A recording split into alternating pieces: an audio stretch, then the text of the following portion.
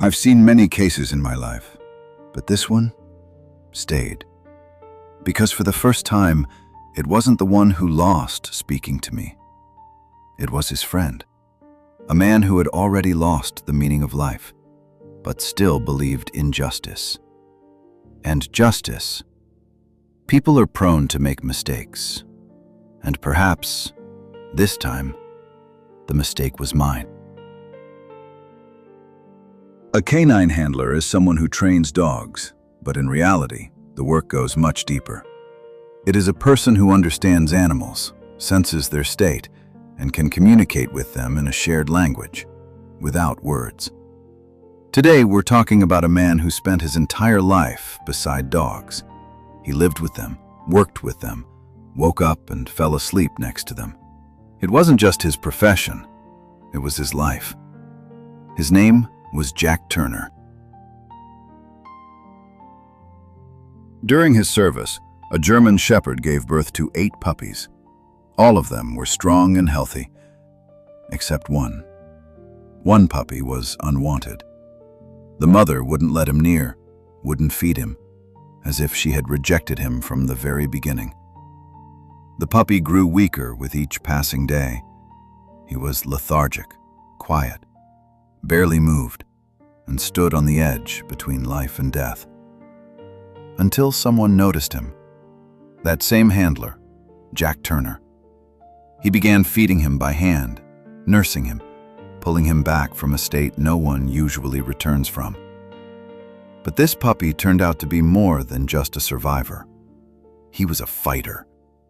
There was life in him, stubborn, strong, clinging to every chance. Over time, he began to grow faster than the others, became stronger, more attentive, and even started to stand out among his brothers and sisters. And that's when it became clear. This was no longer just a puppy. This was Rex.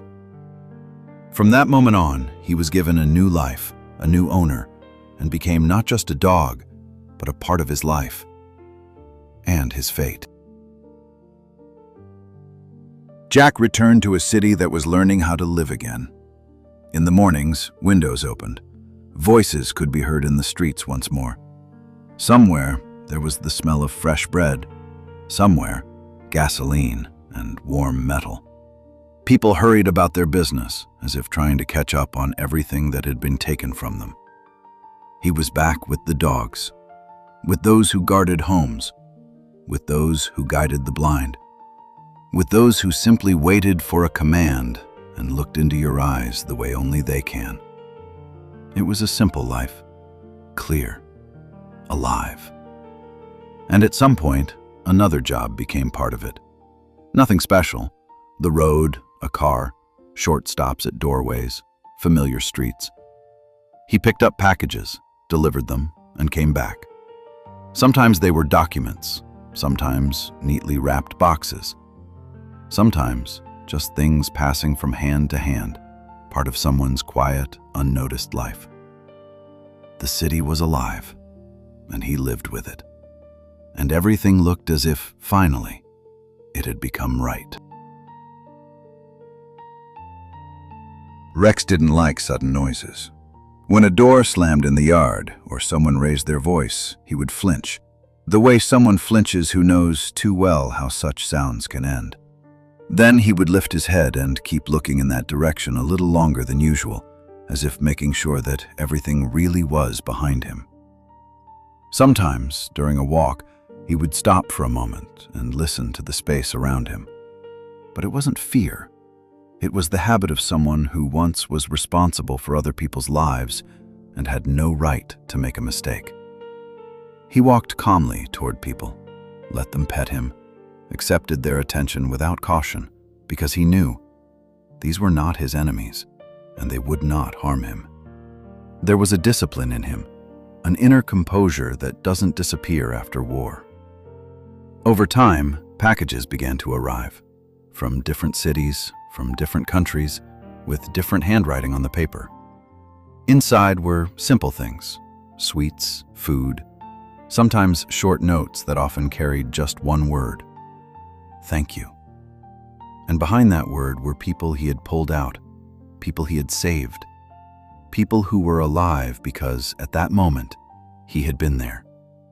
And at some point, it stopped being a story about a dog, because Rex was no longer just a dog.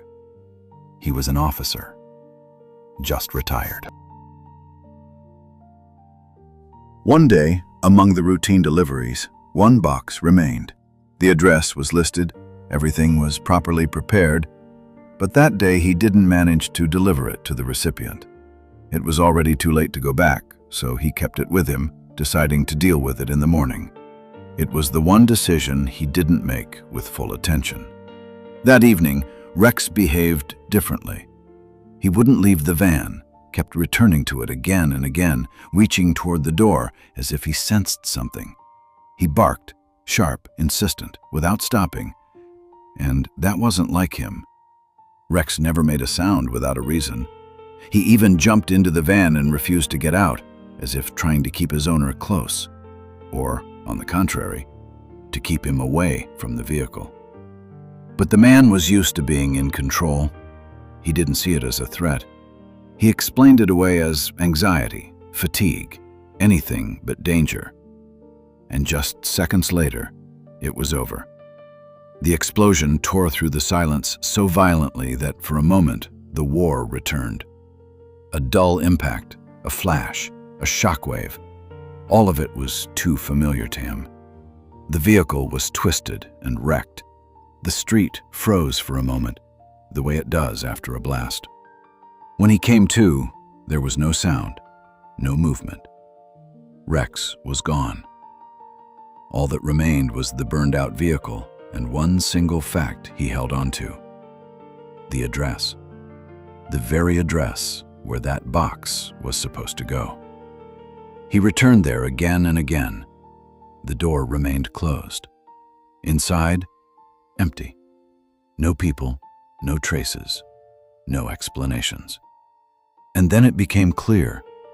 Someone had been waiting for that package, and those who were waiting for it had disappeared before it ever arrived.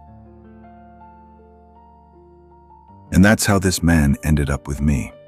He came with one request: to figure it out, to understand what had really happened, why that package ended up with him, why it never reached its recipient, and why it all ended in an explosion. He described everything he could remember in detail. He told me about the box, about the address, about the empty apartment where there were no people, no traces, no explanations. And then he simply said, "Help me." I took the case, because something in this story didn't add up.